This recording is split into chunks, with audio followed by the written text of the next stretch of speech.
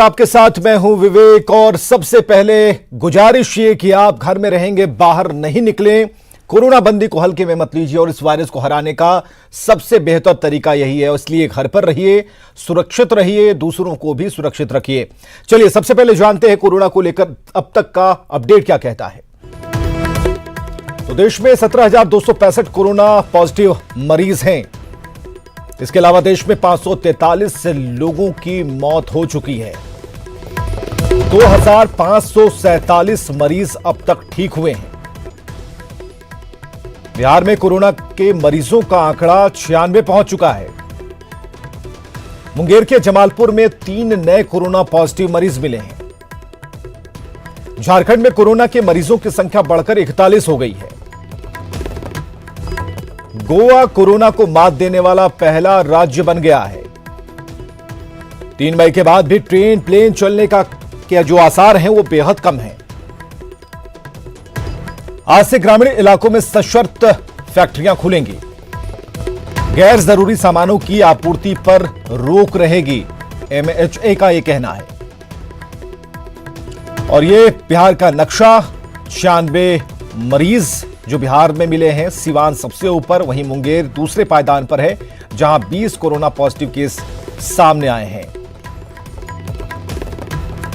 और इसके अलावा हम आपको बता रहे हैं, जो जानकारियां दे रहे हैं उसमें जिलेवार तरीके से उन आंकड़ों को आपके सामने रख रहे हैं। झारखंड में आप देखेंगे कुल मरीजों की संख्या 41 है और रांची में 24 कोरोना पॉजिटिव पाए गए हैं। हिंदपीढ़ी इलाके में सबसे अधिक संख्या इन मरीजों की बात सामने आई है।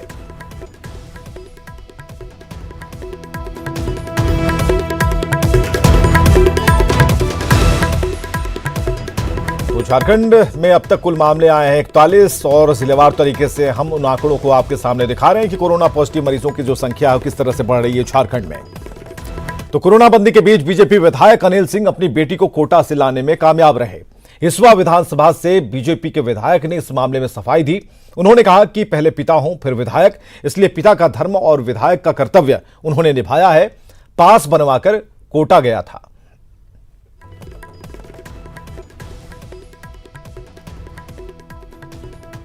आप सत्तारूढ़ पार्टी के विधायक हैं और सरकार के जो मुखिया हैं, खुद मुख्यमंत्री नीतीश कुमार भी इसके पक्ष में नहीं है कि तत्काल जो लोग जहां हैं वहां लॉकडाउन का या कोरोना बंदी का पालन करें। ऐसी परिस्थिति में आप सरकार में शामिल हैं और फिर भी आप इसका क्या उल्लंघन ये मानेंगे इसको? देखिए, मैंने भी इसका पूरा नियमतः अनुपालन किया है लॉकडाउन का, और इसका पूरा पालन करते हुए, लेकिन एक जिम्मेवार जहां पे हमारी जिम्मेवारी है उसके साथ हमारा पर्सनल कैपेसिटी में अगर देखें तो मैं एक पिता भी हूं, और वैसी परिस्थिति में अगर बच्चे वहां पे डिप्रेस हो रहे थे तो यह भी मेरी जिम्मेवारी है। और यह जो प्रक्रिया और यह फॉर्मेट है ना, इसमें देखिए व्यक्तिगत कारण भी दिए गए हैं।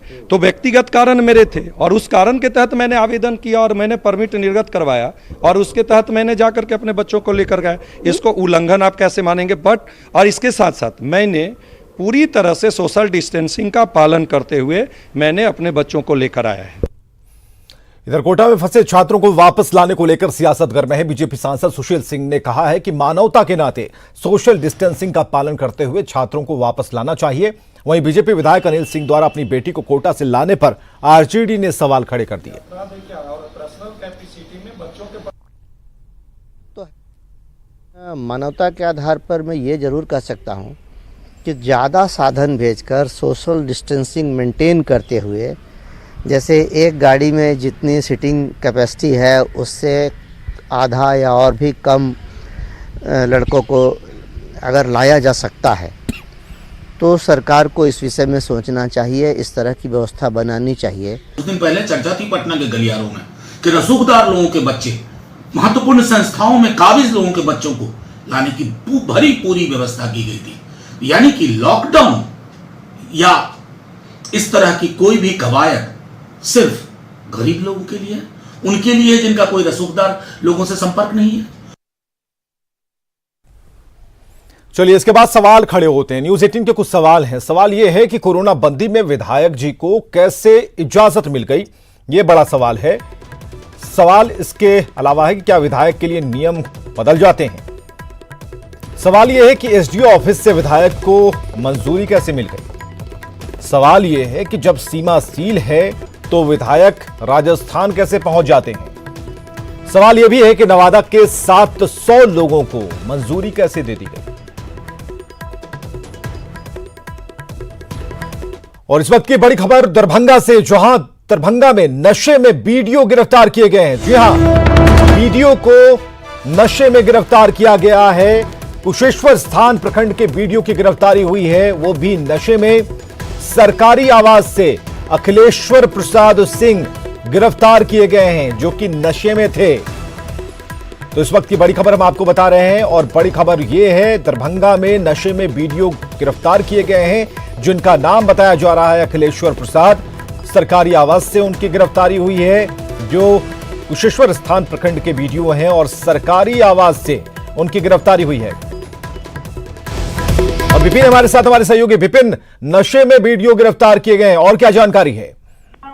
जी विवेक, बता दूं कि ये कुशेश्वर स्थान प्रखंड के बीडीओ है, और इनकी शिकायत लगातार मिल रही थी बड़े पदाधिकारी को कि ये एक तो दुर्व्यवहार करते हैं वहाँ जो इनसे मिलने जाते हैं, और ऊपर से ये शराब के भी लगातार सेवन करते हैं करने की इनको सूचना मिल रही थी, जिसके आधार पर अखिलेश प्रसाद सिंह को गिरफ्तार किया गया है कल देर शाम उनके सरकारी आवास से, और उनको बिरौल अनुमंडल लाया गया, जहां पर उनका मेडिकल जांच किया जा रहा है। तो ऐसे में एक सरकारी पदाधिकारी, वो भी प्रखंड विकास पदाधिकारी, गिरफ्तारी होने के बाद से उस इलाके में चर्चा जोरों पर है। क्या इसकी पुष्टि हो गई? उन्होंने शराब पी रखी थी? जी, पुष्टि शराब पीने की हो गई है कि उन्होंने शराब का सेवन किया था, इसकी पुष्टि हो गई है। बात एसएसपी बाबूराम से भी हमारी हुई है, उन्होंने भी पुष्टि की है कि शराब के सेवन में ही उनको गिरफ्तार किया गया। जी चलिए, बहुत बहुत शुक्रिया विपिन, हमसे बातचीत के लिए, तमाम जानकारियों के लिए।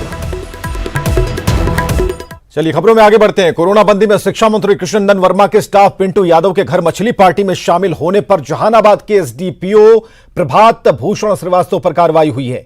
सरकार ने एसडीपीओ प्रभात भूषण श्रीवास्तव को निलंबित कर दिया है।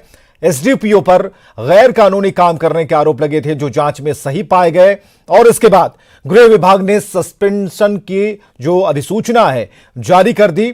दरअसल शिक्षा मंत्री के पीए पिंटू यादव के घर मछली पार्टी हुई थी, जिसमें जहानाबाद के एसडीपीओ प्रभात भूषण श्रीवास्तव, मखदुमपुर के सीओ राजीव रंजन, मखदुमपुर के बीडीओ अनिल मिस्त्री, ये सभी मौजूद थे। और इसके अलावा 60 से 70 लोग इस पार्टी में शामिल थे। पार्टी में पांडव गिरोह से जुड़ा प्रवीण शर्मा भी शामिल था। तो ये फेंके हुए प्लेट आप देख सकेंगे। मछली पार्टी के बाद फेंके हुए ग्लास, ये प्लास्टिक के डिस्पोजेबल ग्लास हैं, जिसे आप देख सकते हैं। और सबूत मिटाने की हालांकि कोशिश की गई, इसे जलाने की कोशिश की गई, ये भी इन तस्वीरों में आप देख सकते हैं। ये महानुभाव हैं जो कि पीएम शिक्षा मंत्री के जिनके पीछे जो मकान है, इनका आलीशान बंगला है, जिसका गृह प्रवेश था, वो भी लॉकडाउन के दौरान।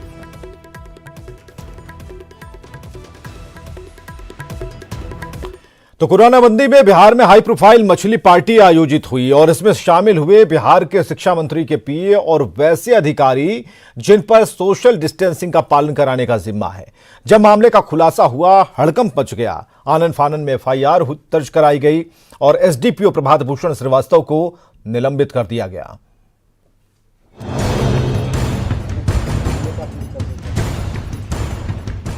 शिक्षा मंत्री कृष्ण नंदन वर्मा के पीए पिंटू यादव का यही वो शानदार घर है,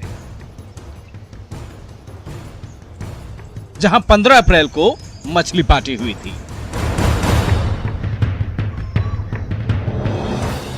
और इसमें मेहमान बने थे जहानाबाद के एसडीपीओ प्रभात भूषण श्रीवास्तव, मखदुमपुर के सीओ राजीव रंजन, मखदुमपुर के बीडीओ अनिल मिस्त्री। इसके अलावा 60 से ज्यादा और लोग पार्टी में शामिल हुए थे। कोरोना बंदी के दौरान सोशल डिस्टेंसिंग की धज्जियां उड़ाई गई, और इसमें वे लोग भी शामिल रहे जिन पर कोरोना बंदी को सफल बनाने की जिम्मेदारी है। हालांकि पिंटू यादव सोशल डिस्टेंसिंग के नियमों के उल्लंघन से इंकार कर रहा है।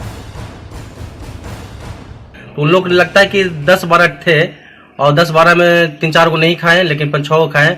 लेकिन जहां तक की बात हो रही है कि सोशल डिस्टेंस तोड़ा है, धज्जी उड़ाया है, लेकिन ऐसा कोई बात नहीं है, ये बिल्कुल गलत है। सबसे पहले डीएसपी साहब ये सब खाना खा के चले गए थे, उसके बाद बहुत देर के बाद वीडियो सीओ आया सेकंड बार में, उसके बाद फिर थर्ड बार में हम लोग जो परिवार था दोस्त यार वो खाना खाए। शिक्षा मंत्री का पीए भले ही इंकार कर रहा हो, लेकिन घर के बाहर फेंके गए पत्तल, प्लेट, ग्लास और कैंपस में रखे गए टेबल ये तस्दीक कर रहे हैं कि बड़ी पार्टी हुई थी। अब मामले ने तूल पकड़ा तो प्रशासनिक हलके में हड़कंप मची। एसपी ने आईजी हेडक्वार्टर को चिट्ठी लिखी और सभी अधिकारियों के खिलाफ एफआईआर दर्ज कराई गई। डीजीपी ने कहा कि कानून तोड़ने वाले बख्शे नहीं जाएंगे। तो सरकार के आदेश से ही डीएसपी साहब पर एफआईआर हुआ है जहानाबाद के, वहाँ के बीडीओ साहब पर एफआईआर हुआ है, वहाँ के बीडीओ साहब सीओ साहब पर एफआईआर हुआ है, और उसके अलावा वहाँ जो भोज में गए थे लोग सब लोगों पर एफआईआर हुआ है, और माननीय मंत्री जी के पीए पर भी एफआईआर हुआ है। कानून के शासन का सिर्फ इतना ही मतलब होता है कि कानून की नजर में सब बराबर है। सवाल यह है कि जब बड़े अधिकारी गैर जिम्मेदाराना रवैया अपनाएंगे तो आम लोगों से कानून का पालन कैसे कराया जाएगा और कोरोना बंदी को सफल कैसे बनाया जाएगा। न्यूज़ 18 के लिए जहानाबाद से रागिब अहसन और पटना से अमित कुमार की रिपोर्ट। और खबर मुंगेर से, जहां कोरोना संक्रमित लोगों की संख्या बढ़ती जा रही है। जमालपुर के 3 और लोग कोरोना पॉजिटिव पाए गए हैं और ये तीनों भी नालंदा मरकज से लौटे तबलीगी के संपर्क में आए थे। इसके साथ ही मुंगेर में मरीजों की संख्या 20 हो गई है।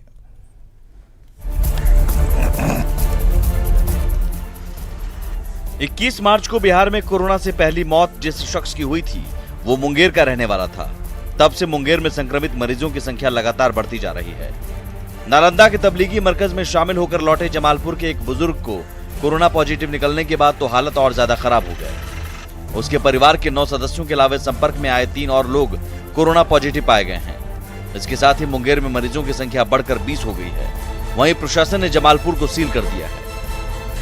जमालपुर को लॉकडाउन कर दिया गया है, पूरी तरह से सील कर दिया गया है। बेसिक कम्युनिटीज लोगों को मुहैया करवाई जा रही हैं और हम लोग इसकी पूरी तरह से नजर रख रहे हैं, पूरे मुंगेर की, जमालपुर की, और ऐसे जगह चिन्हित किए जा रहे हैं जहां पर खतरा पैदा हो सकता है।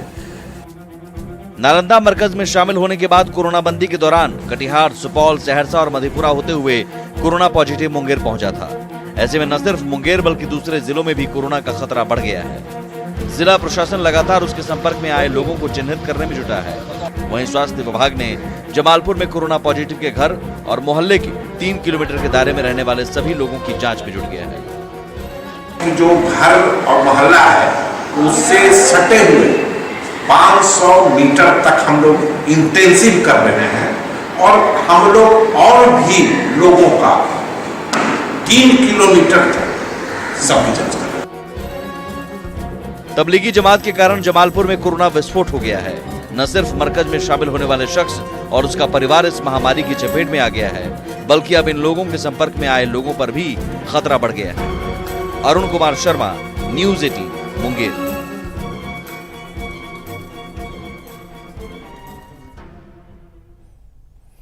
और कोरोना बंदी के दौरान आज से कुछ शर्तों के साथ कुछ क्षेत्रों को रियायत दी गई है। देखते हैं आज से किन सेक्टर में शर्तों के साथ छूट मिली है। हम यह दिखाने की कोशिश करेंगे। हालांकि विशेष निर्देश पर खासकर वैसे सेक्टर्स को चुना गया है जो बहुत जरूरी हैं और जहां पर जो मजदूर किस्म के लोग हैं और खासकर ग्रामीण इलाकों में जो फैक्ट्रियां हैं वहां पर कुछ विशेष छूट देने की बात भी सामने आ रही है।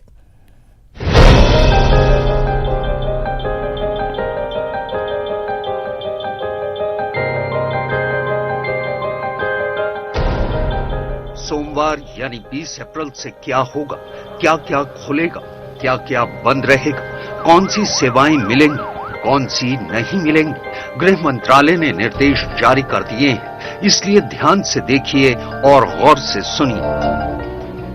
सबसे बड़ी बात कि ई कॉमर्स कंपनियां सिर्फ और सिर्फ जरूरी सामान की डिलीवरी कर सकेंगी, यानी कोई भी ई कॉमर्स कंपनी किसी भी तरह का गैर जरूरी सामान सप्लाई नहीं कर पाएगी। और गैर जरूरी सामान क्या है, इसका फैसला स्थानीय प्रशासन करेगा। मतलब आप शॉपिंग के मूड में हैं तो थोड़ा और इंतजार करिए। हालांकि डरने की कोई बात नहीं है, नए नियमों में आपके लिए कुछ राहत की खबरें भी हैं। कारपेंटर अपना काम कर पाएंगे, प्लम्बर भी काम पर होंगे, इलेक्ट्रीशियन और गाड़ी के मैकेनिक भी सेवाएं दे सकते हैं। किसानों को ज्यादातर काम की इजाजत होगी। किराना स्टोर पहले की ही तरह खुले रहेंगे, लेकिन रेल और हवाई यातायात पर पाबंदी जारी रहने वाली है। अगर आप शराब के शौकीन हैं तो इंतजार कीजिए, दुकानें अभी बंद रहेंगी। नए नियमों में जनता को राहत देने की कोशिश की गई है, लेकिन इसके साथ कुछ शर्तें भी हैं। काम के वक्त आपको अपना चेहरा कवर से ढकना होगा, सोशल डिस्टेंसिंग हर हाल में कायम रखना होगा, और अगर आपने ऐसा नहीं किया तो आपके खिलाफ कार्रवाई हो सकती है। यानी कोरोना के खिलाफ जंग उतने ही पुख्ता तरीके से जारी रहेगी। नए नियमों में कुछ और बातें हैं जिसकी जानकारी आपको होनी चाहिए। अस्पताल, nursing home, clinic, dispensary, medical store, पशु चिकित्सालय, पैथोलॉजी लैब, चिकित्सा उपकरण और इनसे जुड़ी कच्चे माल की यूनिट काम करती रहेंगी। बैंक, एटीएम, डाकघर, पेट्रोल और सीएनजी पंप सभी पहले की ही तरह खुले रहेंगे। शिक्षा के मामले में ज्यादा बदलाव नहीं है, यानी स्कूल, कॉलेज और सभी प्रशिक्षण संस्थान पहले की ही तरह बंद रहेंगे, लेकिन ऑनलाइन क्लास जारी रहेगी। एक और जरूरी जानकारी जो ऑफिस के काम से जुड़ी है वो ये कि आईटी कंपनियां 50% कर्मचारियों के साथ काम कर सकती हैं, जबकि 50% स्टाफ के साथ सिर्फ सरकारी गतिविधियों से जुड़े कॉल सेंटर्स को ही दफ्तर से काम की इजाजत होगी। प्रिंट और इलेक्ट्रॉनिक मीडिया पहले की ही तरह काम करते रहेंगे, जिसमें डीटीएच और केबल सेवाएं भी शामिल हैं, और कुरियर सेवाओं को भी काम करने की अनुमति है। नए नियमों में राज्य सरकारें जो कि ग्रामीण इलाकों में इलेक्ट्रिसिटी या फिर सिंचाई जैसे कामों के लिए निर्माण कार्य कर रही हैं, ईंट बनाने का काम, छोटे उद्योगों का काम या फिर मनरेगा का काम, उसमें छूट दी गई है। लेकिन यहां भी जो लोग हैं उनको नियम का पालन करना पड़ेगा। मसलन अपना चेहरा ढकना होगा और सामाजिक दूरी कायम रखनी होगी, और अगर ऐसा नहीं किया तो उनके खिलाफ कार्रवाई होगी। नए नियमों के तहत जो लोग बाहर जा सकते हैं उनके लिए भी एक जरूरी जानकारी है। 4 पहिया वाहन में सिर्फ 2 लोग बैठ सकते हैं, जबकि 2 पहिया वाहन में सिर्फ एक शख्स को ही जाने की अनुमति होगी।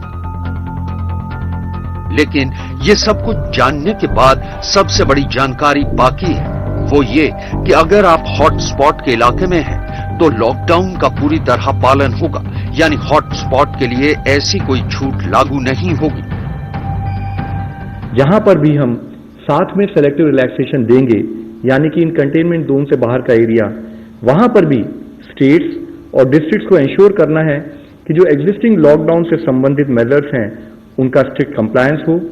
ऑफिसेज, वर्क प्लेसेज, फैक्ट्रीज और एस्टेब्लिशमेंट हैं, वहां पर सोशल डिस्टेंसिंग से रिलेटेड एसओपीज और उससे रिलेटेड प्रिपरेटरी एक्शन लिए जा चुके हों। केंद्र सरकार के नए दिशा निर्देश किसानों और मजदूरों को ध्यान में रखकर बनाए गए हैं, और ये भी ख्याल रखा गया है कि आम जनता को भी जरूरी सेवाएं मिलती रहें। इनके अलावा भी बहुत सी सेवाओं पर चर्चा जारी है। और रियायत के तहत कई कार्यालय खुल गए हैं, लेकिन कोरोना के कारण कार्यालय में काम का तरीका पहले से कुछ अलग होगा।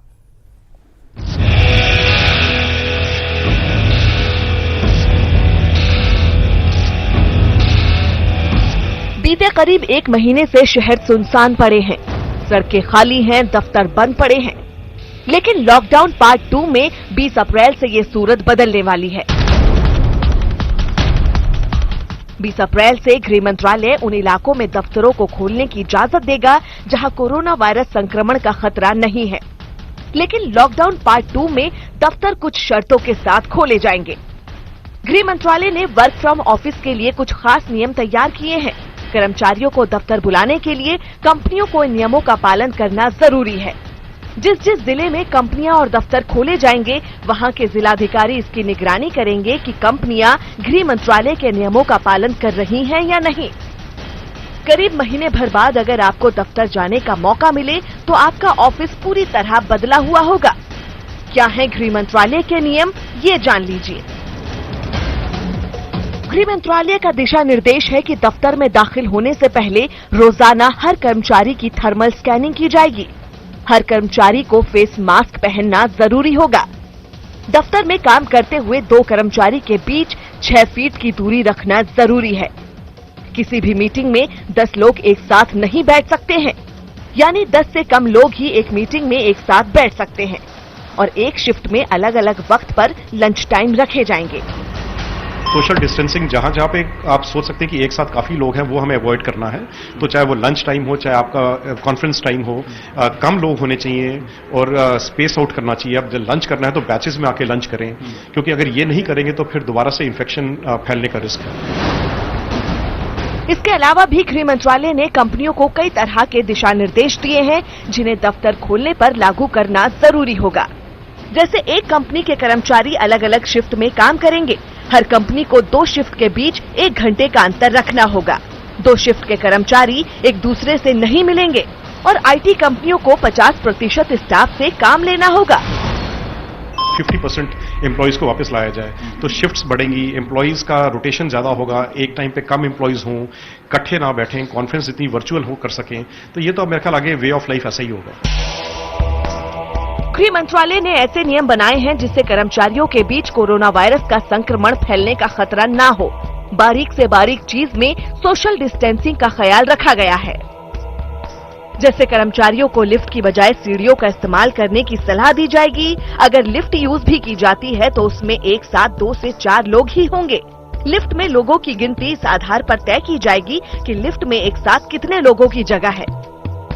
देखिए, अगर आपको कोई फिजिकल डिसेबिलिटी है, लिफ्ट ही इस्तेमाल करनी है, तो लिफ्ट में अगर आप देखें तो उल्टा खड़ा होना है, फेसिंग द वॉल्स, उसमें भी आपको डिस्टेंस मेंटेन करनी है। और एक तो ये बहुत ही अच्छा फिटनेस का तरीका है कि आप लिफ्ट ना इस्तेमाल करके स्टेयर्स यूज करें। अगर लिफ्ट करते भी तो कम लोग इस्तेमाल करें और अपना मुंह को दोनों अलग तरफ से बैक टू बैक रखें, ना कि फेस टू फेस। जिन कंपनियों के दफ्तर 20 अप्रैल से खुलेंगे, उनमें इन नियमों का पालन करना जरूरी होगा। अगर कोई कंपनी इन नियमों का पालन नहीं करती है तो उस जिले का जिलाधिकारी कंपनी अधिकारियों को सजा सुना सकता है।